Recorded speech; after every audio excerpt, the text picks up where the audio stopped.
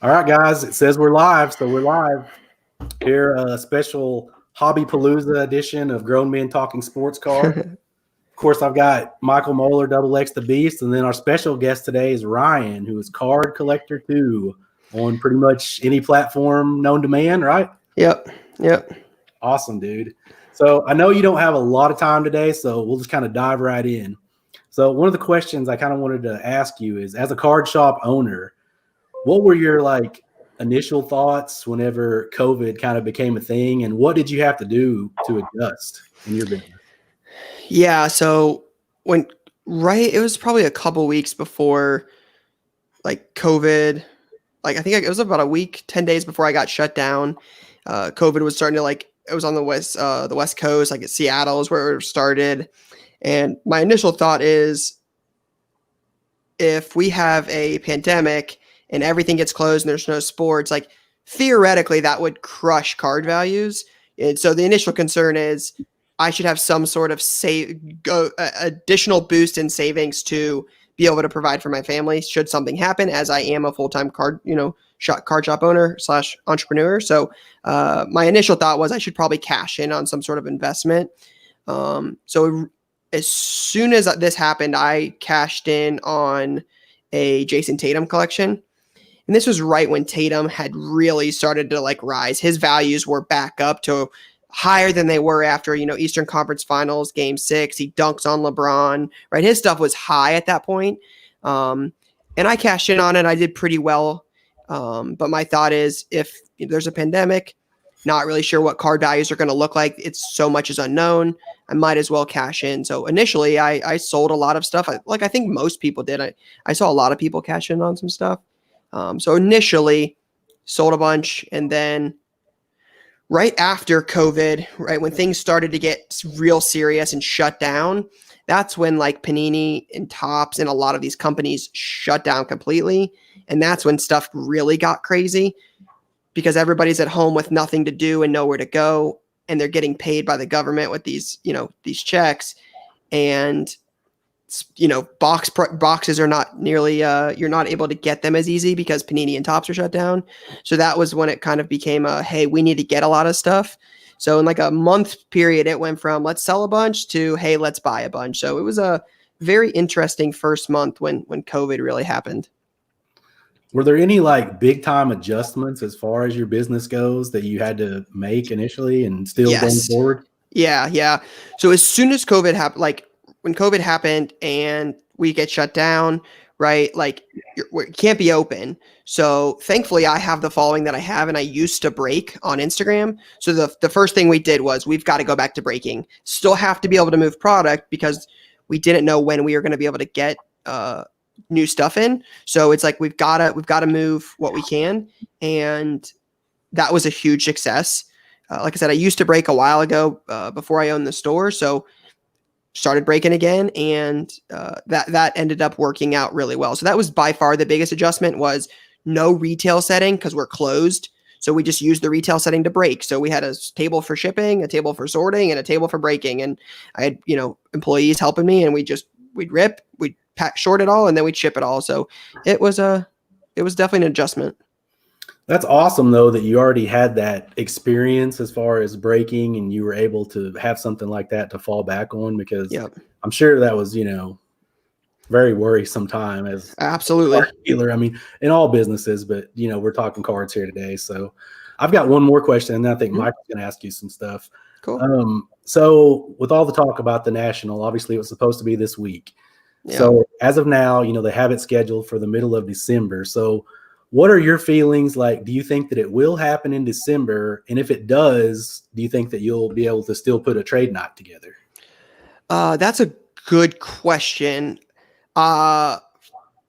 If you're asking me to make a prediction on do I think it will happen, my prediction would be no. I don't expect it to happen. Would I love it to happen? Absolutely. Rather unfortunate it happens to be a week or 10 days before Christmas. I think that will definitely hurt attendance. For us, it would typically be a drive from, Columbus to Atlantic City, and that involves the Pennsylvania Turnpike.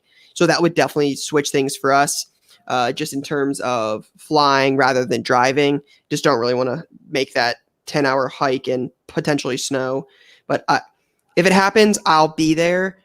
I don't know about trade night. I haven't really talked to Kentucky Basketball Cards, Jimmy. He was the one that originally created the idea. I just ran it for 2 years when he was unable to go and really to run it. So we would run it together at this point. We've had those discussions. But with COVID and just so much unknown, I would not expect there to be one. And if it happens in December, but again, I'm not super optimistic it would happen at this point in time. Yeah. All right, Michael, do you have some questions here? Oh yeah. So Ryan, having the shop and everything, let's hear some pull stories, things either you've pulled group breaks or watch people in person pull in your shop. Yeah. So yeah, it's definitely very exciting when you break and you can pull something cool. It's as being a collector, it's definitely tough because you pull some really cool stuff and you're like, dude, I would love to keep this. Sure. Like we pulled multiple like Zion Next Days, Jaw Genesis, like recently, like Zion Galactic, like a lot of cool basketball stuff. But in terms of the shop, they're the biggest pull by far. I mean, just the one that comes to mind is actually right here. When 2019 Playbook had come out, we had gone through almost our full second case, and a customer had ripped the last couple of boxes, and I actually got it on video. So he opens the first pack, and it's huge, right? You can tell it's a booklet, and he lays it down. And I've actually posted this on Instagram. He like lays it down, and I'm like, well, we can see it's a vault. It's red. So my first thought is like Mecole Hardman might have a vault. I didn't know the checklist at the time. And then Mahomes. I mean, it's Chiefs red. So I'm like, there's no one else that would really be there. Brady probably doesn't have one, and if he did, it would be blue. So I'm like, might as well record this. If there's a vault, you just have no idea what it's going to look like. And he pulls it off to the side, and it says Mahomes, right? And it was upside down, and then he flips it over, and this is what it actually looks like. Wow. So I don't know if I can get it all the way on camera. It is one of the coolest cards I've ever seen pulled. That's pretty sweet.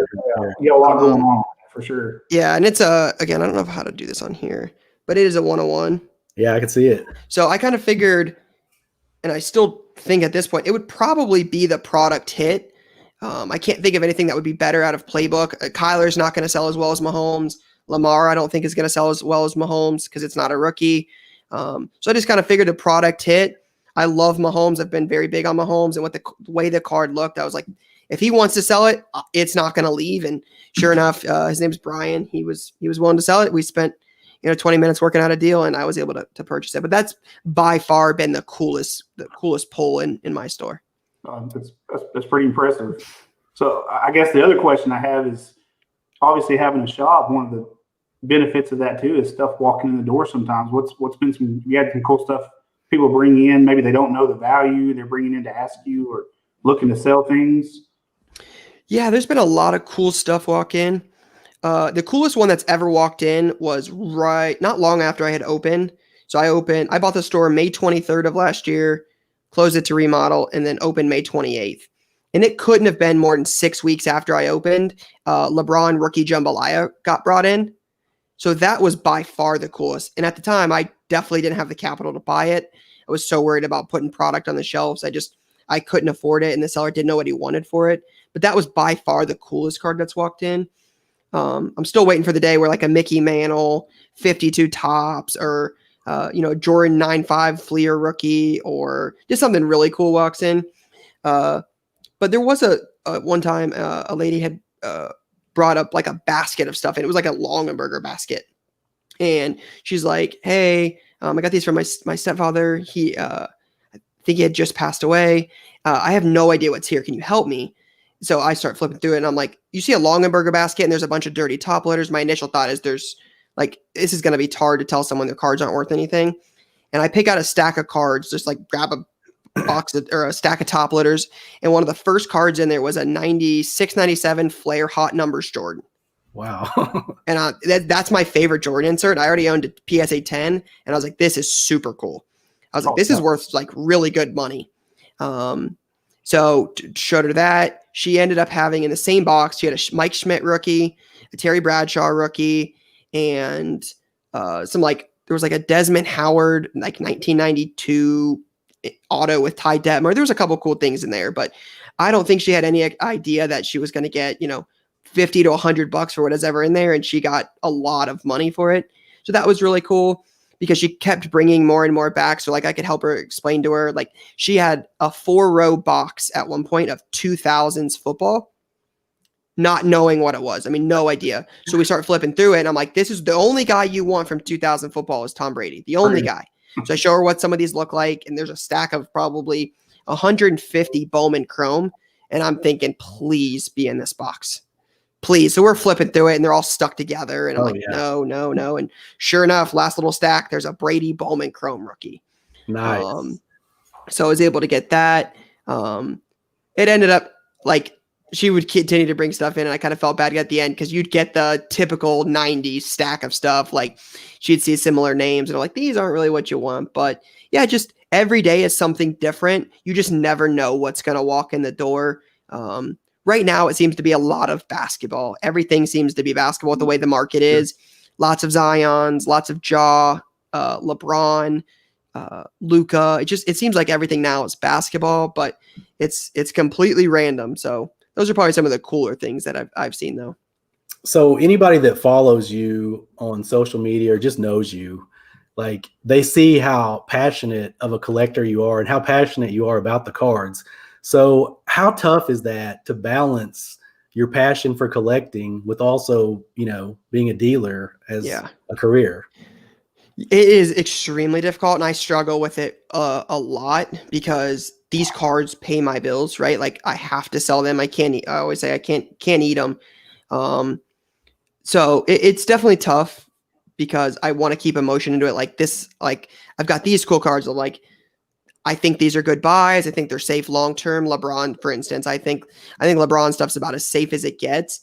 And like I own a Topps Chrome PSA 9 refractor and I got it in January in a trade valued at $46.50. And I think the last PSA 9 did $28.5. Yeah. And it's like that card, I think is as safe as it gets long-term. I think that's an iconic basketball card. Will definitely be up there. But it's like at some point you really think about, is this something you sell and cash in? And, I've got some student loans from my time at, Ohio State. So it's like I always say that's life-changing money. And you could do a lot with that and pay off some debt and set myself up for the future with like my family. So it's really, really, really hard because you can't keep everything. But I really, really, really do enjoy collecting. I mean, I would collect these cards if they were worth no money at all. Wouldn't work for my job because that wouldn't work. But I really do enjoy collecting. And like I said, I would collect them if they were worth nothing at all. Yeah. And I don't know if you remember this or not. This was last year at the National. You and I actually met and I was talking to another dealer. I was looking for some Sam Darnold silver prisms. And he's like, no, I don't have any, but let me call somebody real fast. So he calls you. And I think you had some. I think this was Andy. Yes. Andy Card Exchange.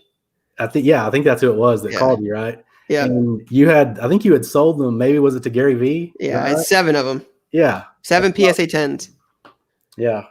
Yeah. Yeah. I was big on Andy. Thank God he didn't have any. That's the best thing ever happened to you is not buying those. Yeah, I cashed in on a good amount of Darnold. I still like Darnold. I think he's still got some potential. Yeah. So what is your favorite sport to watch and collect? For most of my card collecting journey, it's been football, right? I love Ohio State football more than any other sport at all.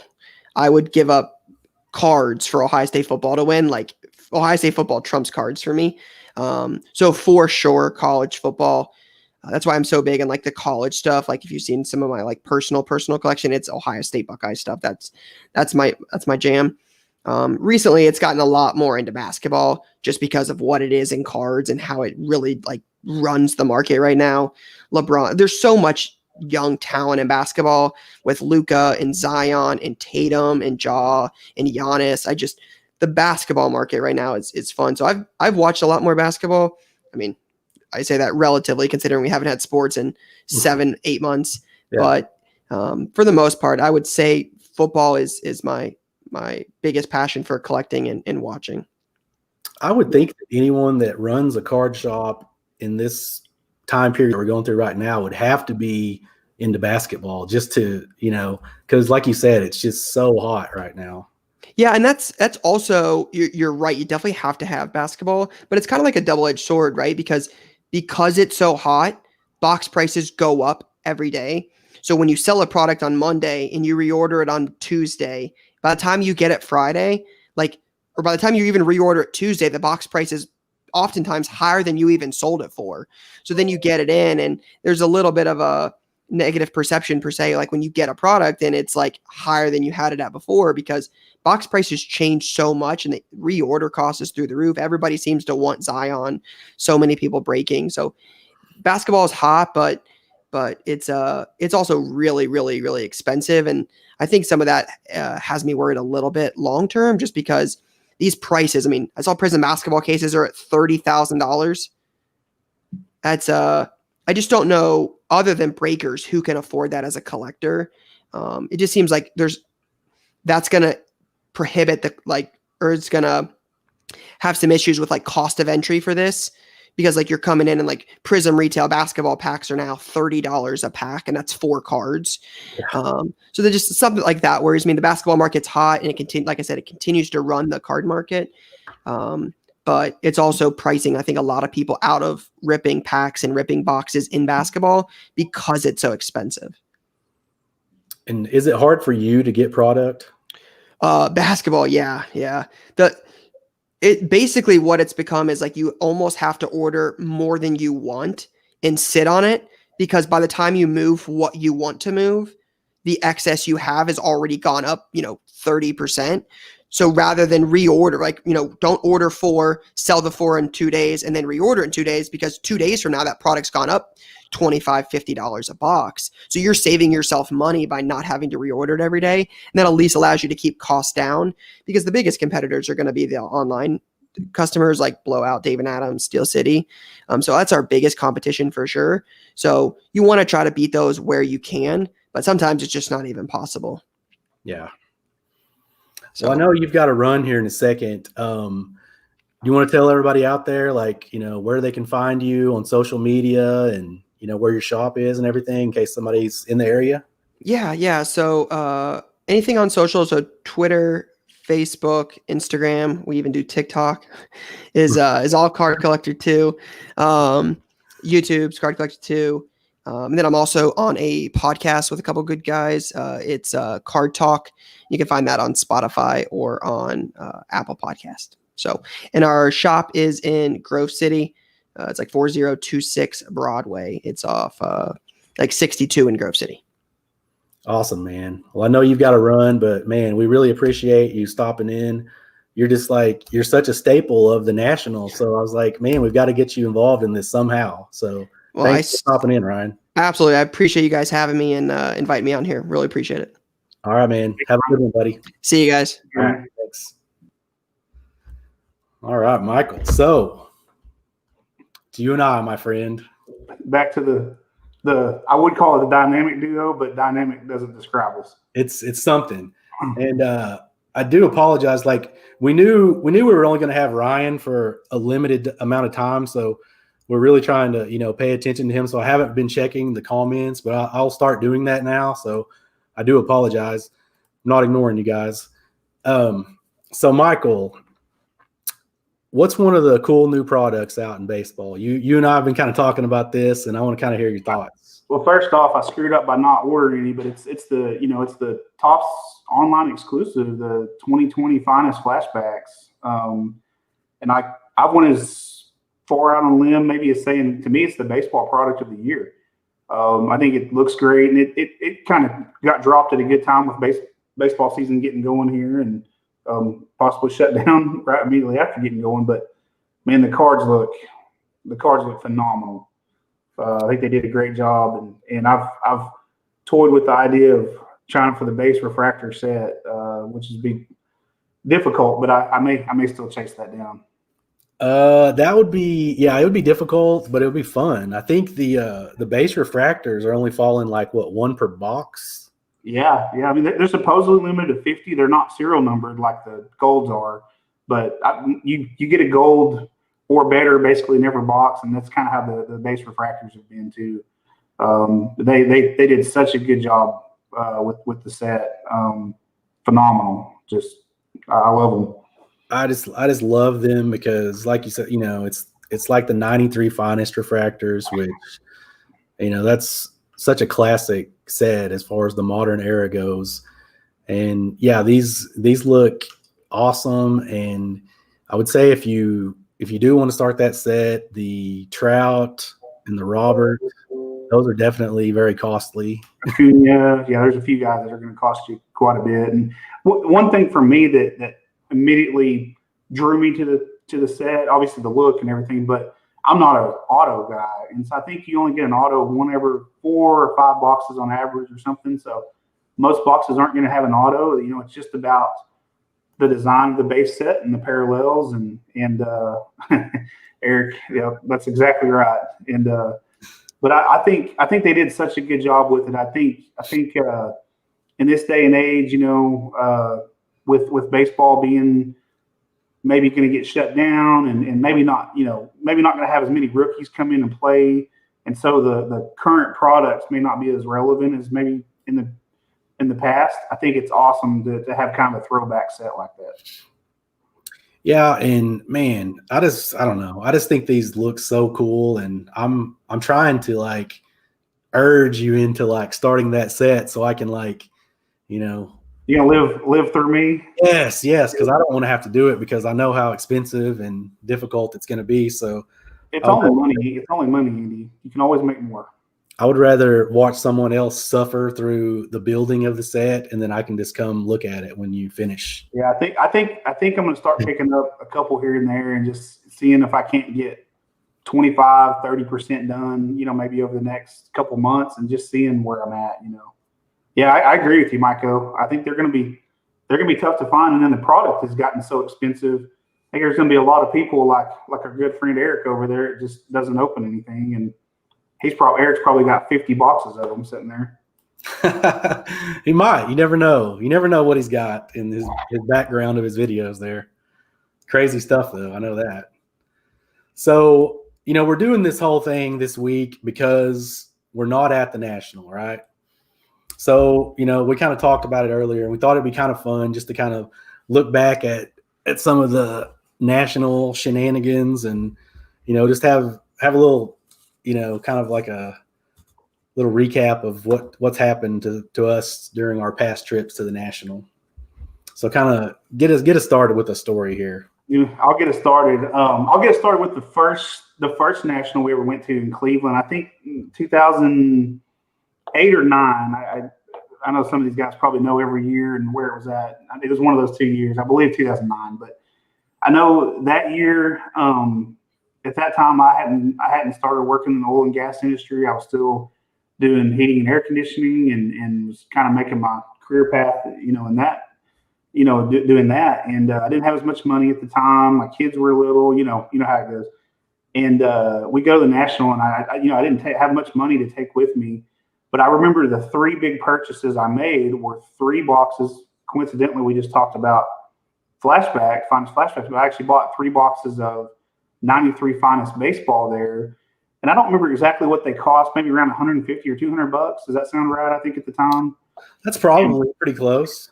And I remember, at the time, Baseball Card Exchange hadn't gotten quite as big as they were. And I bought 2 boxes from somebody else and one from them. And I remember Steve, actually inspecting the 2 boxes I had and telling me, they're good. They haven't been resealed or anything. And I remember us going back to the hotel, that night, and that was a lot of money for me to spend at the time. And hitting one of my refractors was a Calvert Junior refractor, if you remember that. Oh yeah, I remember it. Which was awesome to pull, at the time, and very, very cool. I can't remember who my other 2. I know Paul O'Neill was one of them. And do you remember the other one I hit? Lenny Dykstra, I think. Maybe Dykstra at the time. I think that's what it was. And it was really cool just to get to open those. And I think I busted those, and then maybe like a few boxes of 87 Leaf, and that was like all I got. That's all I bought at the National that year. That was it. and that consumed all my money just about. So what about you? Yeah, and that's an interesting point there about that consumed all your money. That we'll get into that here in a few minutes, but right. Yeah, so it was kind of the same for me. Like that was during a period of time where like yourself, I like to open a lot of boxes. So Baseball Card Exchange got most of the money that I spent at that show as well. I bought an 89 score football box, a 85 Topps football box, and a 1979 Topps baseball rack box, which I don't even want to know what those are worth now, but a lot more than you paid for that one. I think at that time I got that one for $600. Yeah, sounds about right. It's so, like, looking back on this is so ridiculous because this will just kind of show you like how naive or ignorant, stupid, whatever you want to call me, but this will just kind of show, because I had this brilliant idea that since I was like, well, I was born in 1979, so I'm just going to put the 79 Topps set together in PSA 10. That just seemed like, why not, right? That seems easy. I'll be able to do this in 6 months. So I bought this box. This was kind of like an experiment here. I wanted to see like how many cards I could pull out of this rack box that would get a 10, right? So didn't pull. I think I pulled one Aussie. It was terribly OC actually. So I did pull an Aussie, but I don't think that one got sent in because it was just awful, like most of them. So I picked out, I want to say it was around 50 cards, and I'm like, yeah, these all look pretty good. I wouldn't be surprised if, maybe 20 or 25 of them come back as 10s. So, everybody has stories about how they were disappointed in a PSA order, right?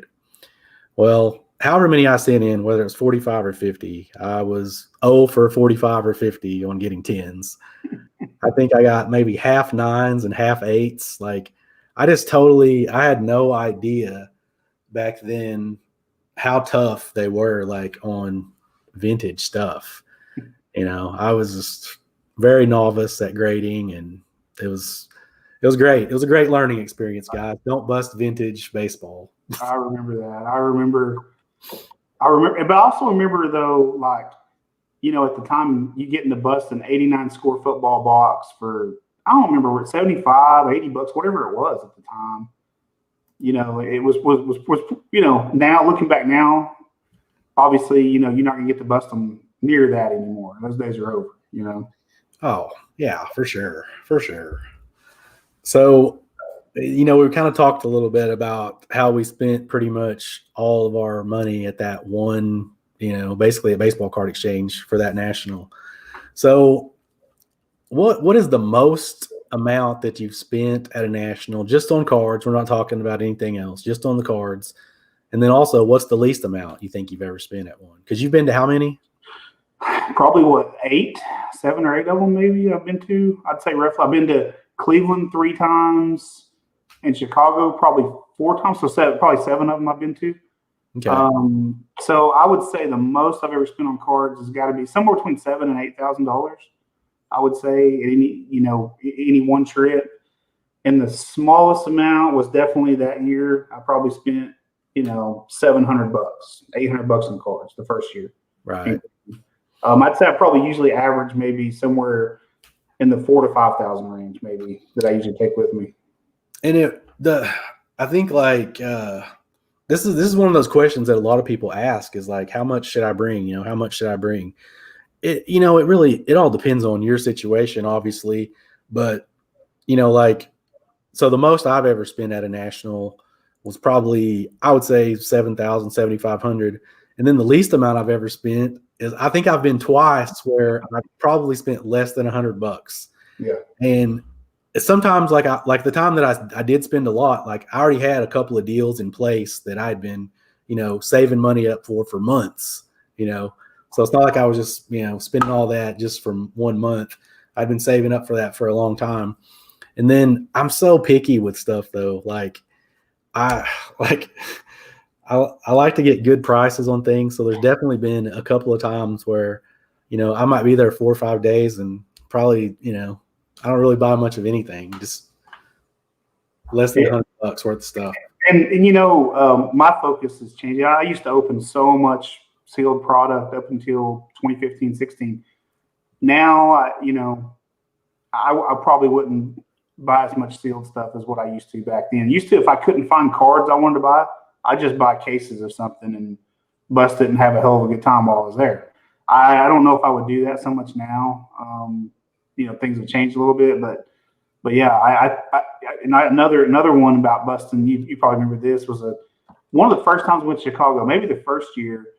I go to Blowout actually to their booth. They actually had, was it 6 or 8 boxes of 96, 97 EX 2000, and I buy all the boxes and busted them all, and I took the Kobe's to, was it BGS or PSA at the time? BGS, I think. Yes, it was BGS. I remember this.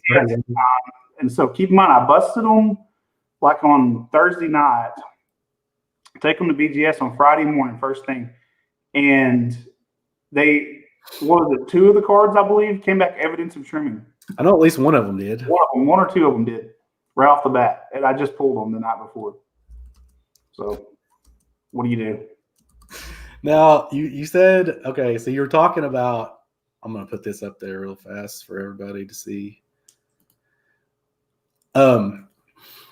So the story you're talking about busting boxes, let's fast forward to a couple of years later and kind of walk us through like what happened at that one, because you weren't feeling that well. And yeah, I don't remember exactly which year it was, but we were in Chicago and we went on, I think it was the first time we ever got dealer passes and we were able to go on Wednesday.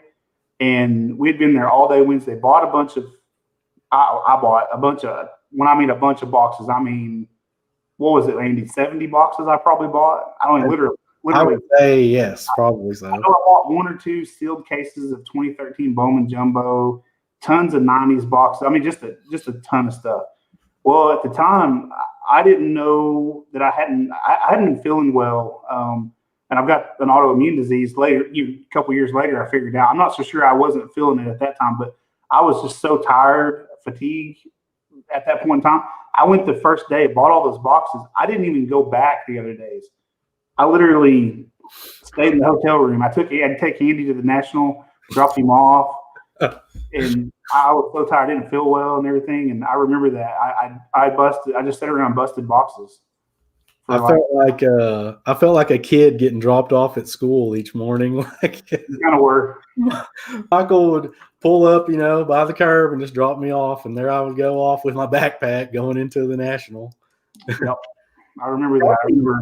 You were probably so tired from carrying all those boxes into the hotel. Probably didn't help. This was the bad thing about it too, and I felt bad because since we were in your company vehicle, you had to drive the whole way.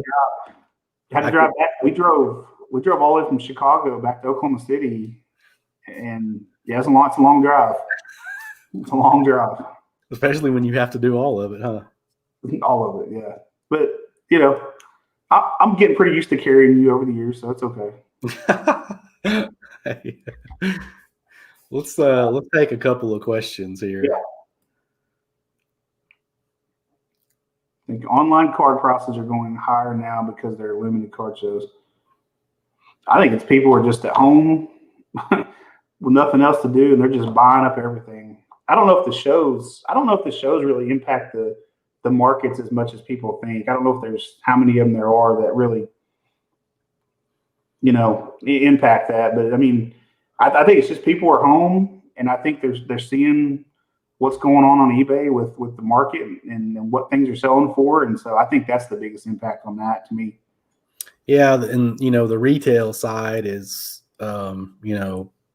particularly bad because, as we've talked about many times before, it's just not available to the average collector in Targets and Walmarts. So all that stuff gets bought up and, it goes online and, gets marked up 3-4 times what it was. And I mean, it's selling. So, I mean, I can't say I can't get mad at people for, for selling it for that price if people are paying it, Nope. Let's see what Chicago slabs and stuff. Yeah, that's a good point there. I think anyone, the first time you go to that show, you're going to be just completely overwhelmed by how big it is and how many people there are, and it's just there's a lot going on. So it's if you see something, especially if it's something that's not like really rare, I would look around for a while because you're probably going to see another one at some point. Yeah, I agree, and I think one thing people get hung up on sometimes not enjoying walking around and looking at everything. They're too focused on what they're looking for. Just enjoy it. It's fun. So Michael has a good point here. He says, I like to zig while others zag. Are there any cards that have your attention that other collectors ignore or don't pay enough attention to? This has always been my game. That's the space I live in, Mike. I usually don't collect the best players. I'll collect maybe the tier down and try to get the absolute best cards of those players that I can. And a lot of you guys know I collect 90s baseball big time right now because it's never caught on to the basketball market. I don't know if it ever will, but I can buy those relatively cheap compared to basketball. And so I definitely live in that. I definitely live in that area all the time. Yeah, it's easy just to kind of in this hobby follow the leader. There's a few people that start liking something and you start seeing it more and more. And it's like a lot of things in life. Like the more you see something, the more it grows on you. So, you find yourself buying stuff that you don't necessarily like that much just because you see it all the time and it's just so familiar to you. Sure. So yeah, but yeah, there's always good deals out there. Even right now, it may not seem like there are, but I think if people just kind of do their homework and not only know their sports, which that helps, but if you know cards and you kind of know what to look for, there's still plenty of good bargains out there, I think. Trying to look here through the chat. Oh, Brandon, yeah, thanks, man. That's depressing. That's probably the truth.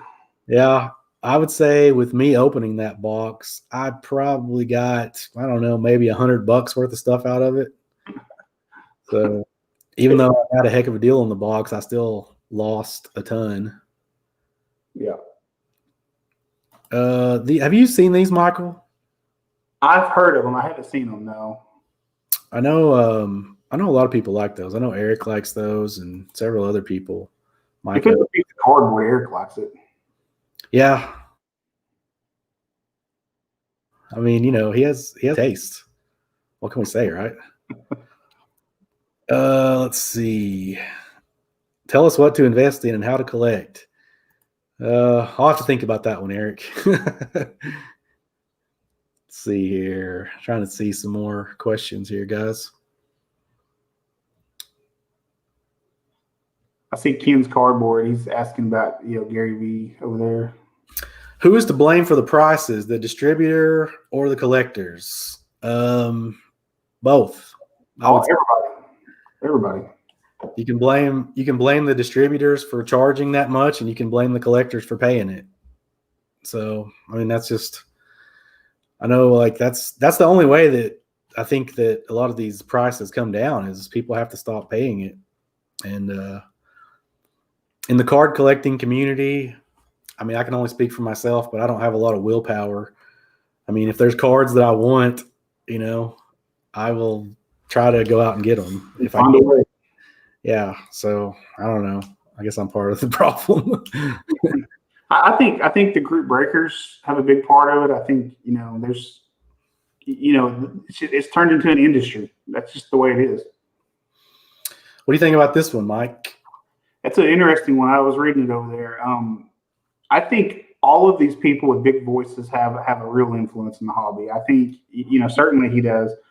But I think anybody is willing, even if they don't know what they're talking about, if they're willing to put themselves out there and they've got enough followers, they have a huge influence. They do. whether we like it or not. We live in the social media world. It's just part of it. And these guys can influence prices, big swings either way. They just can. Yeah, I mean, and I can't. Obviously, none of us can speak for Gary V. We don't know. Like people have their opinions on what his intentions are, but none of us really know. But whether he intends to have an influence or not, he certainly does. And I mean, he was at the show last year, and he was mostly buying.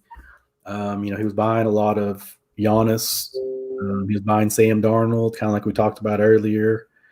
A couple of other, I can't remember what else, but there was definitely another card or two that he was just buying. He wasn't really selling that much.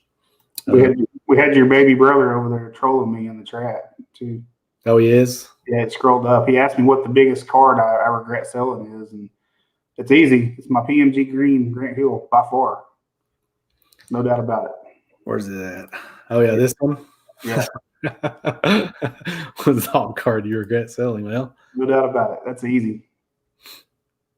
We kind of touched on this a little bit earlier. Man, Mike, I think it's obviously it's making everything more expensive because when singles go up, the box prices go up and vice versa. So it's going to have an effect mostly on the prices, I think, because I don't know how high the prices have to get for people to just stop buying the retail stuff because it hasn't really happened yet. So as long as people keep paying those prices for the boxes, and the singles keep going up, so it gets tougher as a collector for sure. Let's see. Oh, here's Natsman. I don't know which the newer grading companies. I think it's going to be CGC, right? CGC, yeah, I've seen they're going to get into that. This area. I've done comic books for a long time too, and they're by far the best comic book grading company in my opinion. So if they produce a quality product, I think they'll definitely get business because they have a reputable name. It is not going to happen overnight for them, but maybe over the course of a couple of years, they get momentum. Yeah, they'll be a player. Just because of their reputation. It'll be interesting to see because as much as a lot of people, think that it would be a great thing to have more competition added to the pool. I think that's true, but I think for somebody new coming into the space of third-party grading, the others are so far ahead in the race, it's going to be extremely difficult. I think with them having the comic background, a lot of people may know them from comics, but I think it'd be tough to break in big time right now unless you have a ton of money behind you, which they do. They're a big company. They've this is good. Actually, she didn't. She wanted the most expensive house we could buy, so she told me to sell it. Oh, okay. Well, I don't know which story we'll go with there. Here's a good one here. At the National, what's your thoughts on safety? Keep cards in backpack? Yeah, Scott, that's pretty much what I do. Because I don't know, you'll see some people carrying around all kinds of different things, but I just prefer the backpack. And yeah, I've never had any problems. You just always keep an eye on it, especially if if you're keeping cash or cards or whatever in there. You don't want to just sit it down while you're talking to people. You want to make sure you always have an eye on it because there's so many people there. Get you a backpack that has multiple, pockets in it, and don't keep them on the outside one. Keep it on one of the more inside ones where you'd be able to feel if somebody was opening the zipper on it or something, and yeah, you're good to go.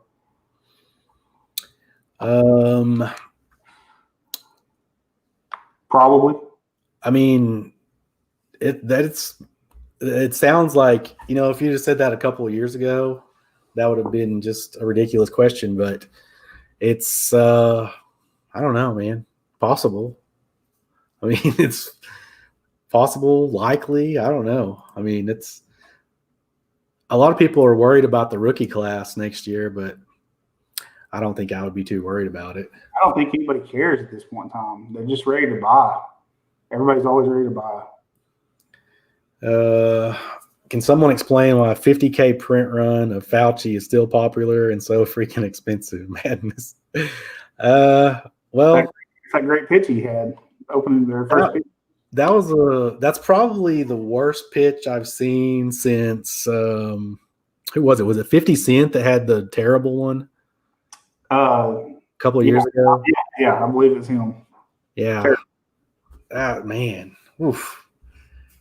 Let's see. I'm trying to find another question here. What about those rolling graded cases? Have you ever tried those, Michael? I know a lot of people use those. I have not ever tried them. I've seen them. I don't know much about them, but some people like them. I know that. Yeah. Let's see. Retail and hobby purchases, my ratio. You know, Scott, I've actually gotten to the point of where I really don't bust any hobby anymore. The only time that I really open packs is if it's retail. So lately it's been 0 for me. Like, I think the last time I opened any product was probably back in January. It was Prism basketball. How about you, Michael? Yeah, I'm kind of the same way. I probably haven't busted hobby much at all in the last couple of years. I mean, I'll stop by the card shop when like Topps Heritage comes out and pick up a couple boxes or something. But other than that, I mean, I try to find Prism retail when it comes out, and some of the different baseball products that come out in retail. But that's about it anymore. I really stay away from the hobby game. Let's see. Our favorite name. There he is. Latrell Sprewell's The American Dream in the house. Do you recommend any good binders to put cards in? Yeah, I know Michael is like a lot of people. He's a big Z Folio guy. Yeah, just get you a Z Folio by BCW. I don't know how well you can see that, but yeah, go get you one of these. They're the best ones you can get right there, by far, to me. Oh, this is a good question, Jason. I like this one. Advice on how to save up for a big card. So, I mean, there's a couple of ways to do it, obviously. Obviously, people can just, take the money that they would normally spend on, each month and put it aside and, do it that way. I still like to buy stuff during the time I'm saving, right? Because it keeps you involved in the hobby. And it also gives you a chance to maybe make a little extra money towards whatever card you're wanting to buy. So that's when, you can start buying cards that, you think you can maybe make $1 or $2 off of, and some cards that, you think might be undervalued, which that's such an overused word. But there are cards out there that, maybe people haven't really caught on to yet. But yeah, I like to buy, stuff over the course of several months, and then try to make a little bit of money off of that, because you get to keep buying cards plus maybe make a little extra during the process. What about you? I've always struggled with this because I'm like you. I want to buy regularly instead of waiting for that one big purchase. But 2 ways you can maybe take part of what you would spend each month and set it back, or buy a bunch of stuff over a period of time and grade it and wait till that stuff comes back and then sell those graded cards in one chunk. And that usually helps too. JT's got a question here. If you could find basketball retail for SRP, would you rip it knowing what it's worth sealed? For me, it just depends on what product it is. If it's Prism basketball retail, I would definitely rip it because I just can't quit Prism. That's that's really like the one unopened product every year that I just like. I've tried to kick the habit of busting packs, but like that's the one that gets me every year is Prism basketball. I'm with you, and I think I would open for sure Prism because it's the only way I really get to open anymore. So, it's worth it just to enjoy opening a little bit. And obviously the base cards and stuff are worth so much anymore that it's really not as big a risk as what you think.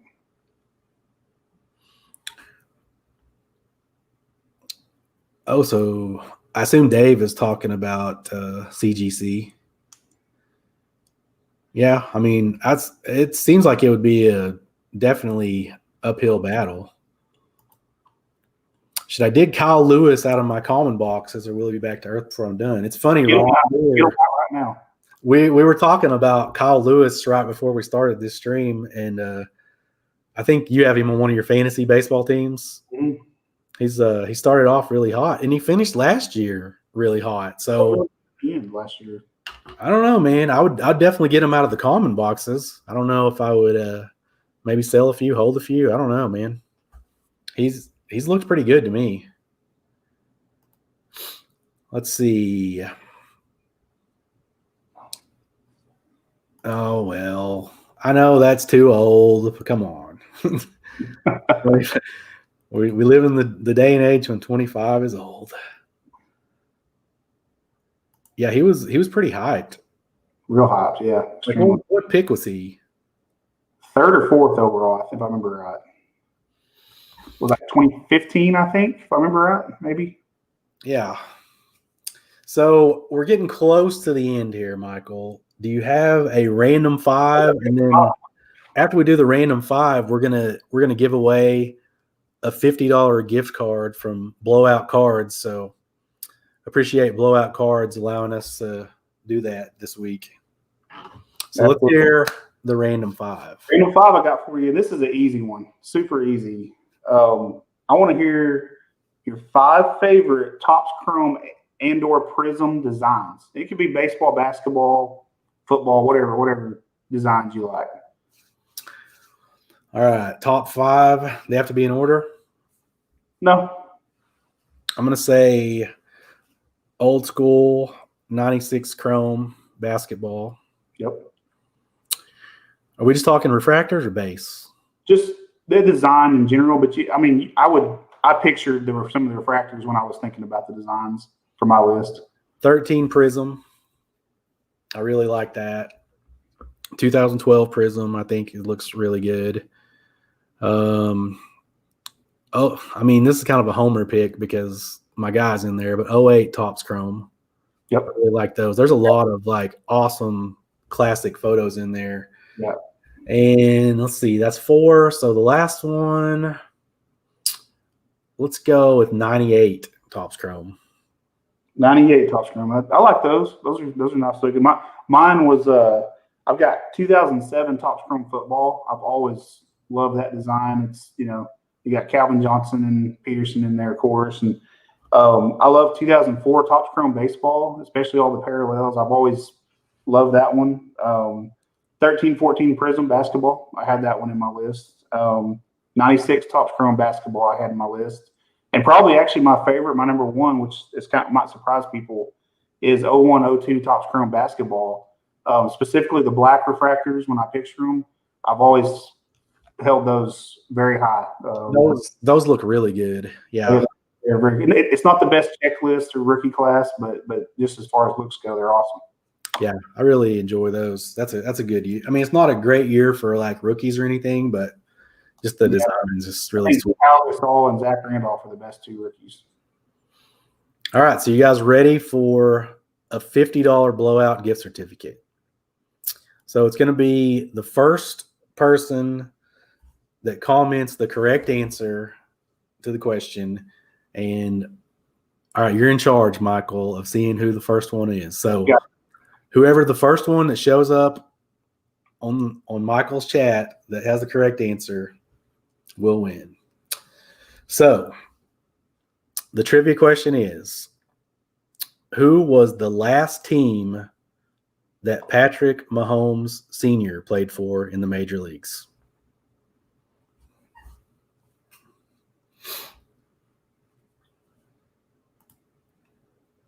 And I don't know if you know this, Michael, so I'll private chat it to you. Yeah, I think I know. Pretty sure I know. Yeah, that's exactly what I was thinking. Okay. Did you see anybody get it? No, nobody's got it yet. Wow. They're firing them off there. I knew I wanted to make it tricky, so. Well, I say that, man, it's going fast. I'm scrolling back up to make sure I didn't miss it somewhere. I still haven't. I'm scrolling back down. I see somebody that got it. Oh, I see somebody got it too. I'm gonna make sure they're the first one. It's the person I know. The one person that I know would have got it did get it because he's a fan of that team. I think the winner is Latrell Sprewell. I believe. What time was it? 4:56. Okay, yeah, that's what I got too. Yeah, it's the Pirates, and I believe he. Latrell Sprewell's the American Dream wins the $50 Black gift card. There. And look who was right below him right here. Oh, Yeah, Bob Lewis. that's man. Like I thought I saw Bob's name up there, and I was like, man, I didn't see anybody above him. And then you go up just like a couple of spots, and there's Latrell Sprewell. I do like that your brother said the Falcons. That's great. Yeah, that was a good answer. All right, Michael, do you got anything to close with here?